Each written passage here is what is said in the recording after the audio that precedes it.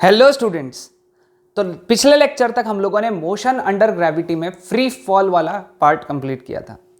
आज हम लोग मोशन अंडर ग्रेविटी के अंदर ही नेक्स्ट कॉन्सेप्ट पढ़ना है, which is object thrown vertically upwards या फिर अपवर्ड्स।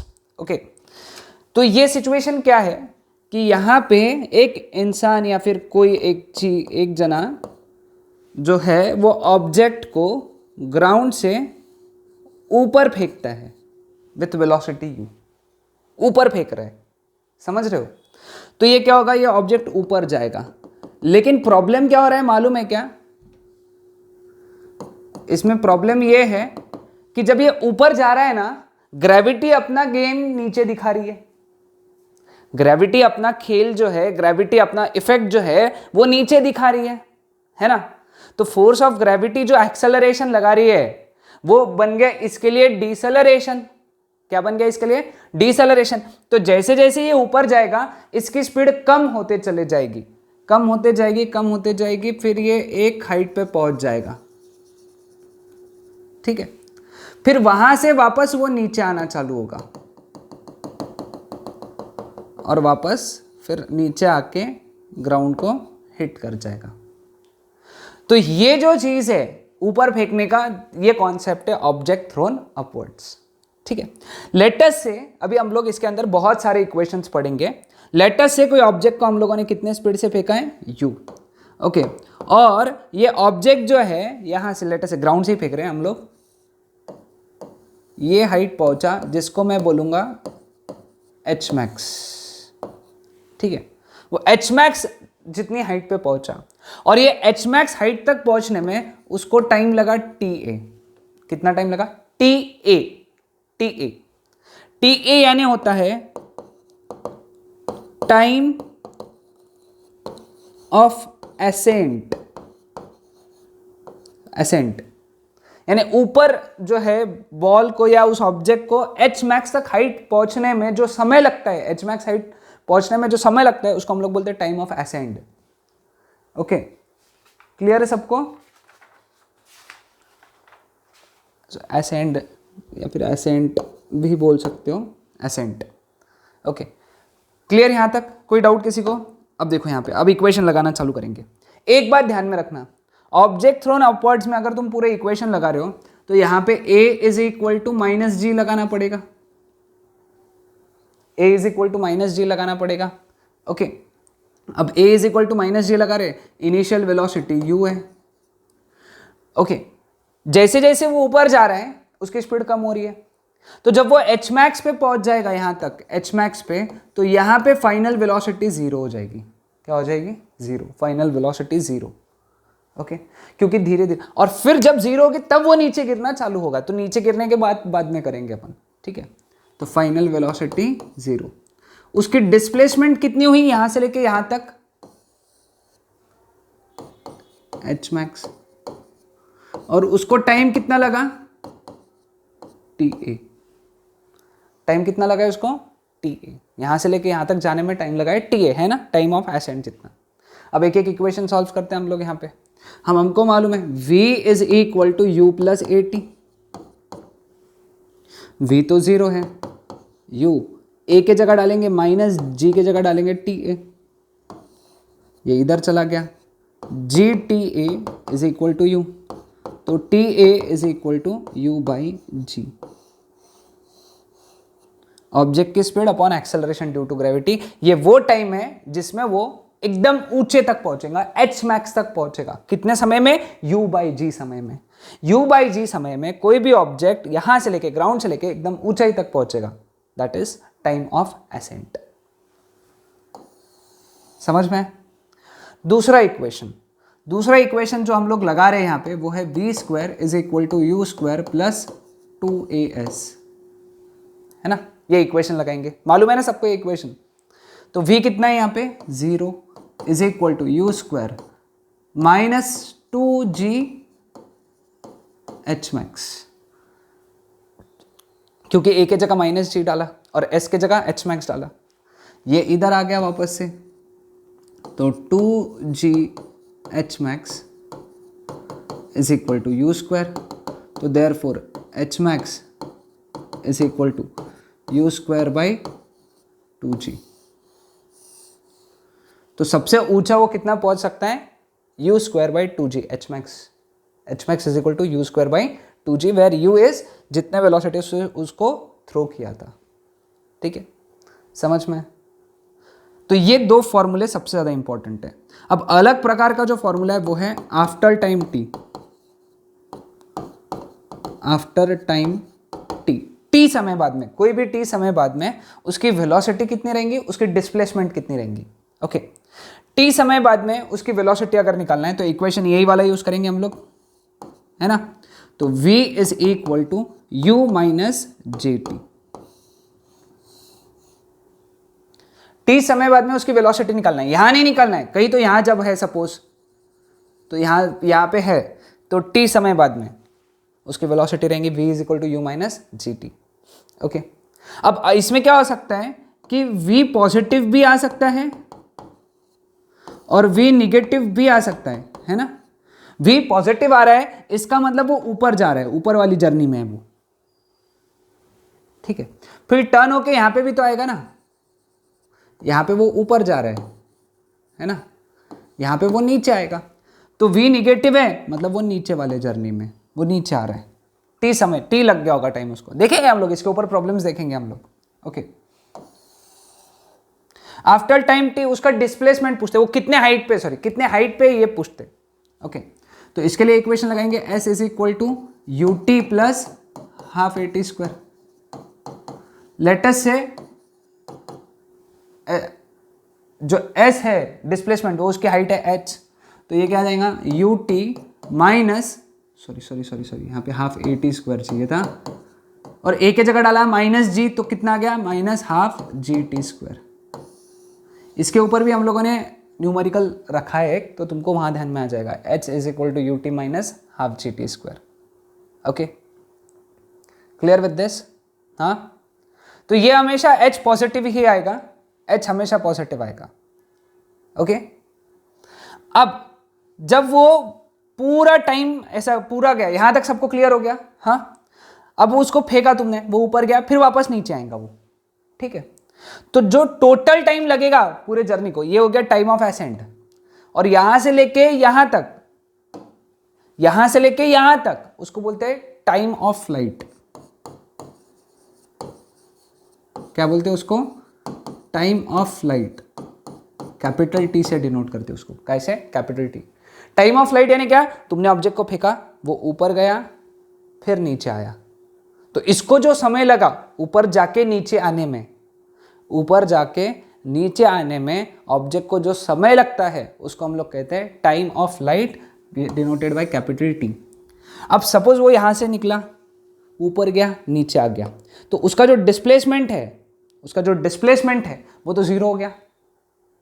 उसका डिस्प्लेसमेंट क्या हो गया? जीरो, मतलब s is equal to zero हो गया, क्योंकि जहां से शुरू किया वहीं पे खत्म किया ना उसने। यहां से शुरू किया, लेटर से यहां से शुरू किया, है ना, ये तुम यहां से समझ लो, ये ऑब्जेक्ट ने यहां से शुरू किया और यहीं पे आ गया, तो डिस्प्लेसमेंट जो हो गया वो जीरो हो गया। उसका डिस्प्लेसमेंट क्या हो गया? Zero. a is equal to minus g use करेंगे, ठीक है, और t is equal to capital T डाल देंगे। कौन से इक्वेशन में? ये वाले इक्वेशन में, है ना। तो s के जगह क्या डालूंगा मैं? जीरो डाल दूंगा, क्योंकि डिस्प्लेसमेंट हो गया। u, t के जगह capital T minus half g capital T square, है ना, ये इधर आ गया, half g capital T square is equal to u capital T, एक t कैंसिल हो गया, तो therefore capital T is equal to 2u by g.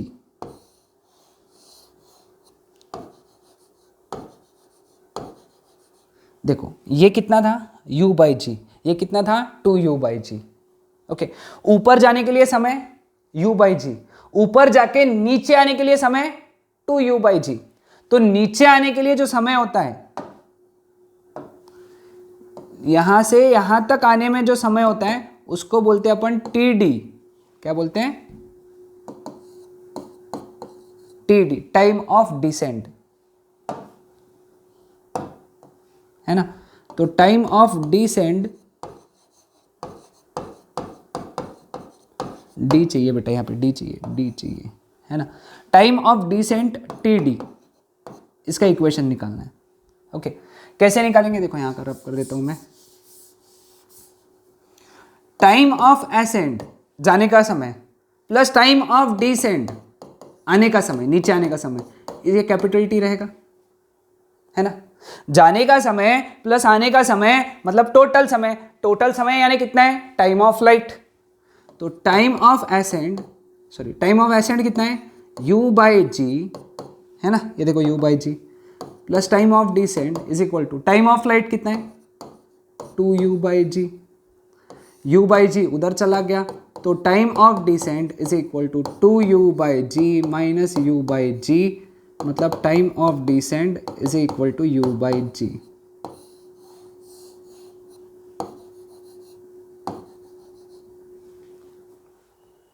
Okay, क्या समझे यहां से, जाने के लिए जितना समय लगा ऊपर उतना ही आने के लिए लगा समय नीचे, जितना समय जाने के लिए उतना ही समय आने के लिए। तो टोटल समय कितना हो गया, जाने के लिए u बाई जी, आने के लिए u बाई जी, टोटल कितना 2u बाई जी। है इंटरेस्टिंग, हाँ। ओके, अब अगर आने के लिए उतना समय लग रहा है तो जितने वेलोसिटी से फेंकोगे उतने ही वेलोसिटी से वो वापस हिट करेगा, ये याद रख लो। ओके, यानी इसका मतलब तुमने बॉल को 20 मीटर पर सेकेंड से फेंका तो वो ऊपर जाएगा, फिर नीचे आएगा, और जब वो वापस ग्राउंड को हिट करेगा वो सेम वेलोसिटी से हिट करेगा। कितने वेलोसिटी से, 20 मीटर पर सेकेंड से, क्योंकि तुमने कितने वेलोसिटी से फेंका था, 20 मीटर पर सेकेंड से फेंका था, इसलिए जिस वेलोसिटी से फेंकोगे उतने ही वेलोसिटी से वो ग्राउंड को हिट करेगा। है इंटरेस्टिंग, हाँ, जो वेलोसिटी से फेंकोगे उतने ही वेलोसिटी से वो ग्राउंड को हिट करेगा। क्लियर हुआ सबको, आसान चीज, ठीक है। इतने मेन फॉर्मूले से लिख के रख लो, ठीक है। अब बात आती है इनके ऊपर ग्राफ्स की।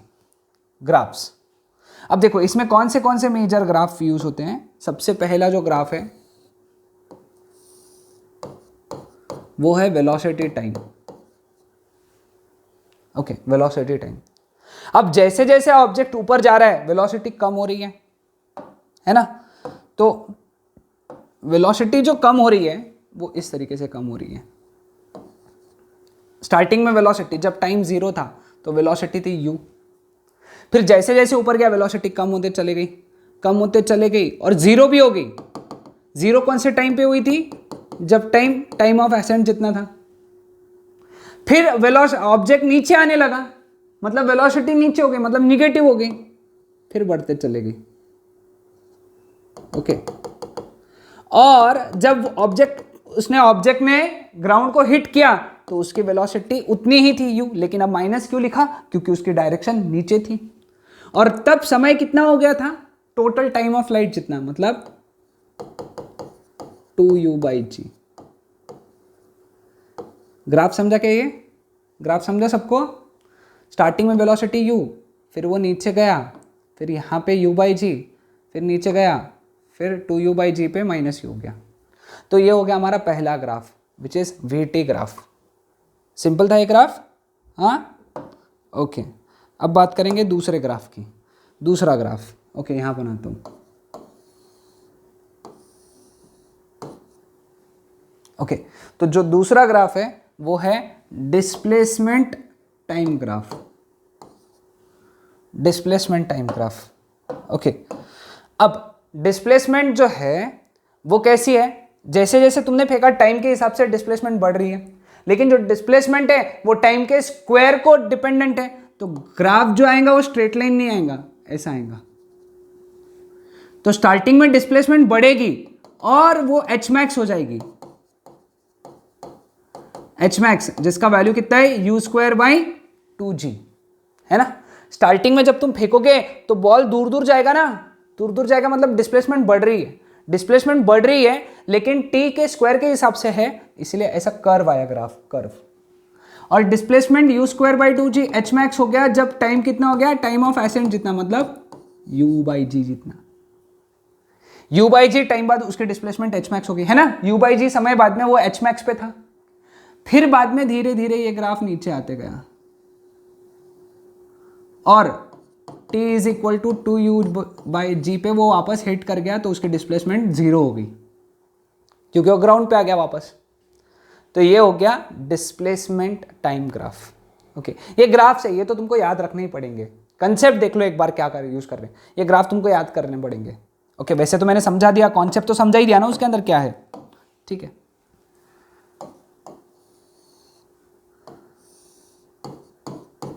अब है एक्सेलरेशन टाइम ग्राफ। कौन सा ग्राफ? Acceleration time graph.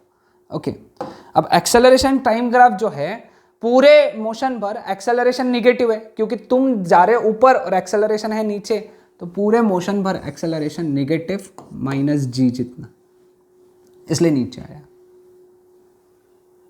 समझ गए?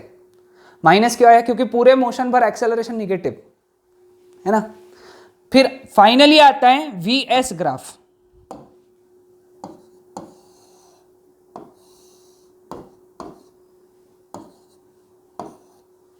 वीएस डिस्प्लेसमेंट के हिसाब से वेलोसिटी कैसे चेंज हो रही है ना, डिस्प्लेसमेंट के हिसाब से।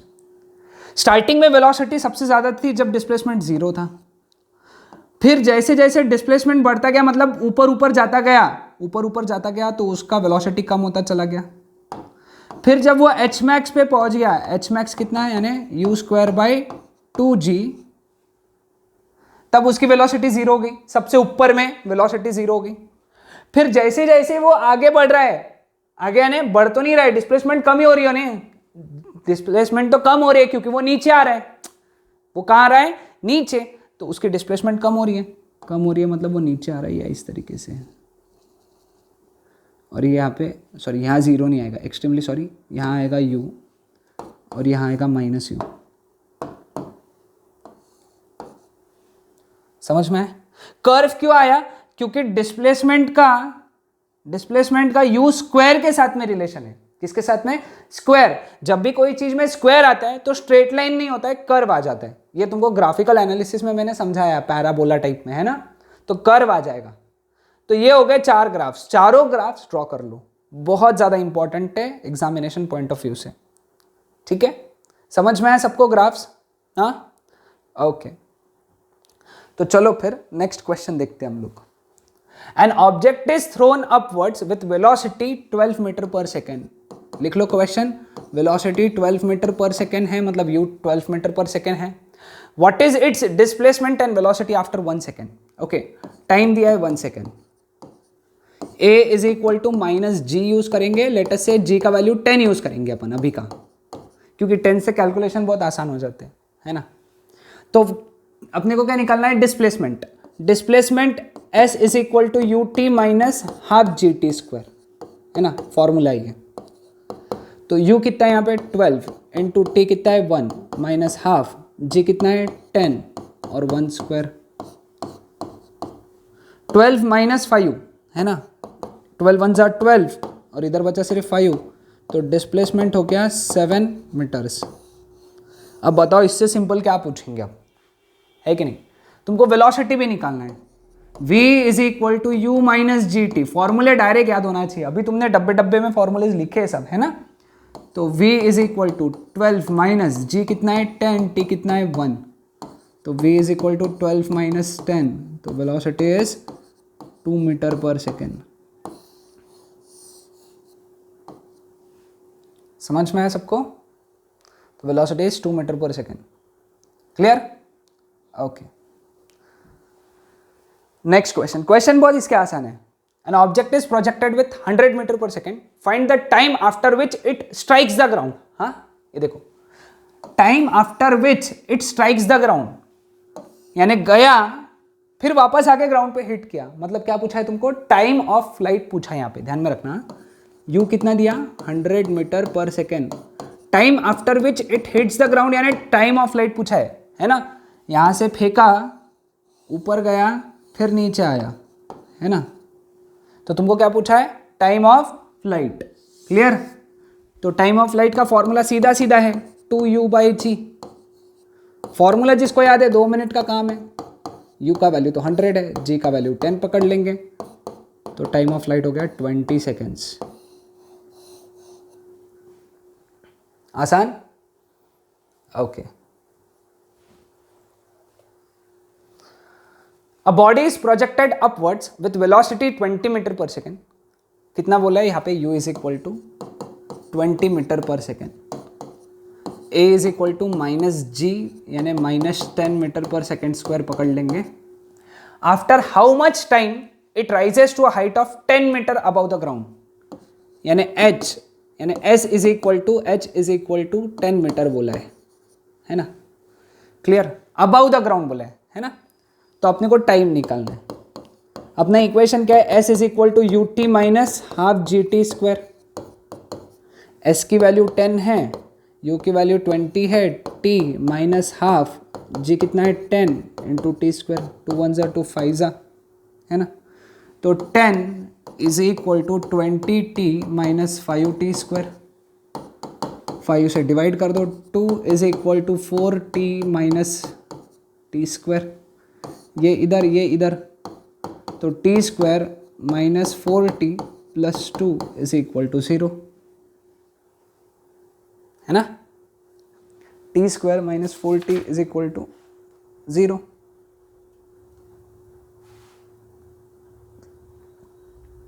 तो अब इसको सॉल्व करना पड़ेगा। इसको सॉल्व कैसे करेंगे?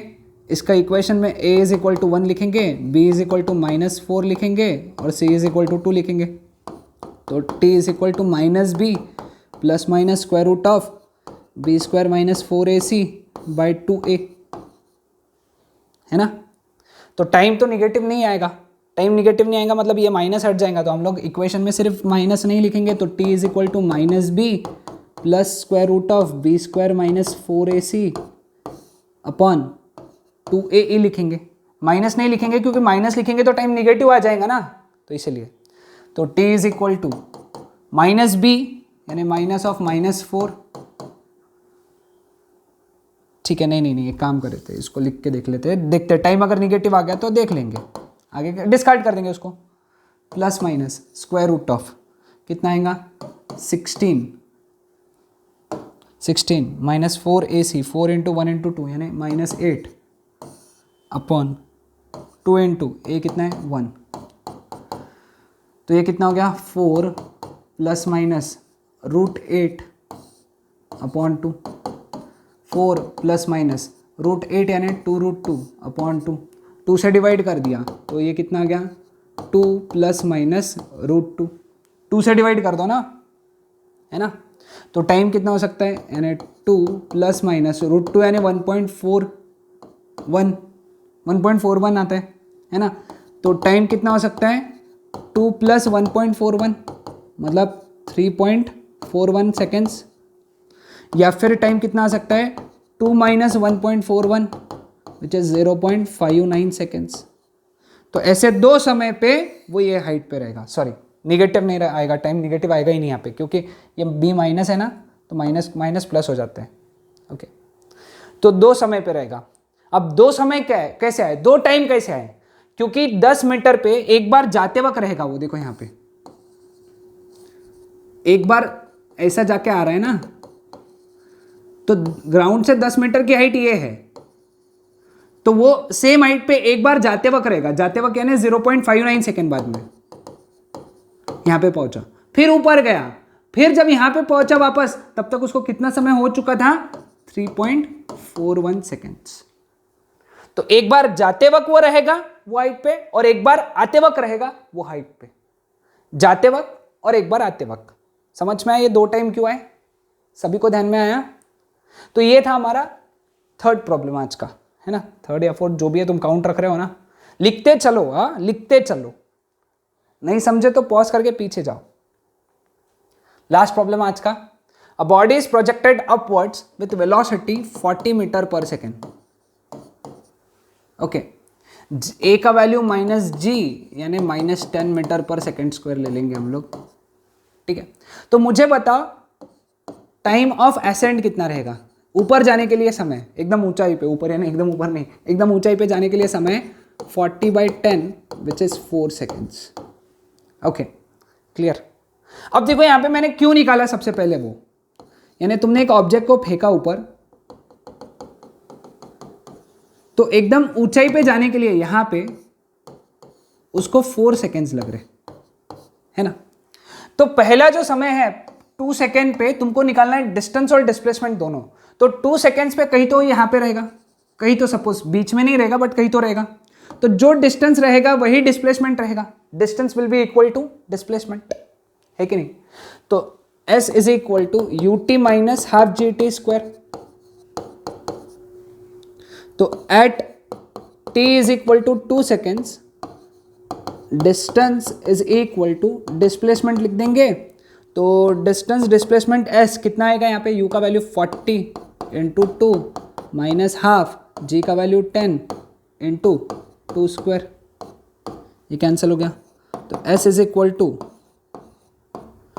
80 माइनस 20, मतलब डिस्प्लेसमेंट हो गया 60 मीटर और डिस्टेंस भी 60 मीटर। कब, जब 2 सेकेंड्स का टाइमिंग है। अब 4 सेकेंड बाद में, 4 सेकेंड बाद में वो एकदम ऊंचाई पे पहुंच गया, ऊंचाई पे पहुंच गया तो जो डिस्टेंस है वही डिस्प्लेसमेंट है ना। तो इस केस में टाइम इज लेस देन और इक्वल टू टी ए। इस केस में भी टाइम इज लेस देन और इक्वल टू टी ए। तो टाइम इज लेस देन और इक्वल टू टी ए मतलब distance is equal to displacement, ऐसा लिख के रख लो, है कि नहीं। तो अगेन फॉर्मूला वही यूज करेंगे, s is equal to u t minus half g t square.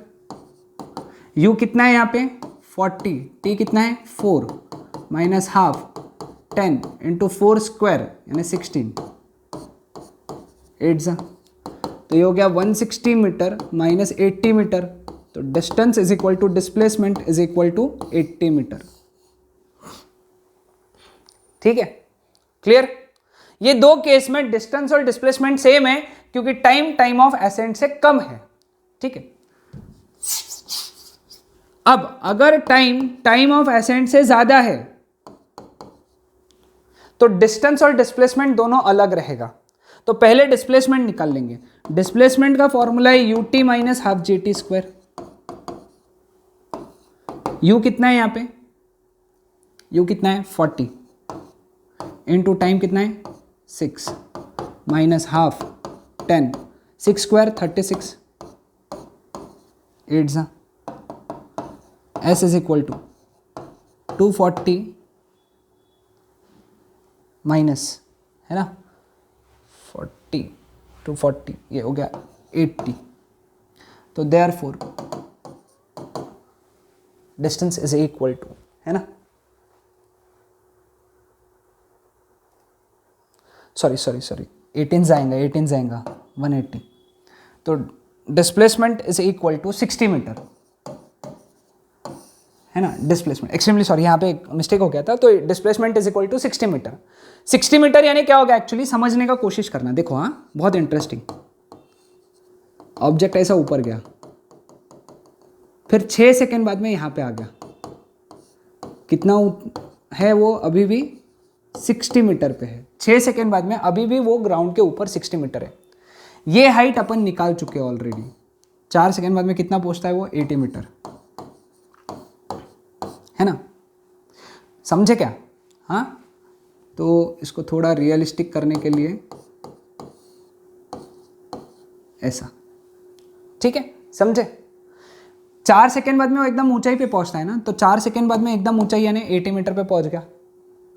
अब 6 सेकेंड बाद में उसके डिस्प्लेसमेंट जो है, डिस्प्लेसमेंट यानी ग्राउंड से डिस्टेंस निकालते रहते हैं हमेशा, हाँ? जो डिस्प्लेसमेंट होता है ना वो ग्राउंड से, क्योंकि शुरुआत कहां से हुई थी, ग्राउंड से शुरू हुई थी ना। तो 6 सेकेंड बाद में वो ग्राउंड से 60 मीटर है, यानी यहां से कितना मीटर है वो, 20 मीटर है। तो देयरफॉर डिस्टेंस कितना रहेगा, distance is equal to d1 ये वाला और ये d2, ये रहेगा ना d1 प्लस d2। वो डायग्राम से ही बना लेना, कैलकुलेशन से करोगे तो और टाइम लग जाएगा। ओके, तो d1 प्लस d2, तो that is equal to 80 plus 20, that is equal to 100 meter. 60 नहीं लेंगे क्योंकि 60 उसका डिस्प्लेसमेंट है, यहां से लेके यहां तक का डिस्टेंस है, यहां से लेके यहां तक का उसका डिस्प्लेसमेंट या फिर डिस्टेंस है। लेकिन डिस्टेंस ट्रैवल जो रहेगा 6 सेकंड में वो यहां से लेके यहां तक रहेगा। तो यहां से लेके यहां तक d1 है, यहां से लेके यहां तक d2 है, तो टोटल हो गया 80 प्लस 20 विच इज 100 मीटर्स। समझा ये चीज, इंपॉर्टेंट कॉन्सेप्ट है बट आसान भी कॉन्सेप्ट है। ओके, तो बचा हुआ न्यूमेरिकल जो है, बचे हुए न्यूमेरिकल्स हम लोग लेंगे कल नेक्स्ट पार्ट में। Okay, that's it.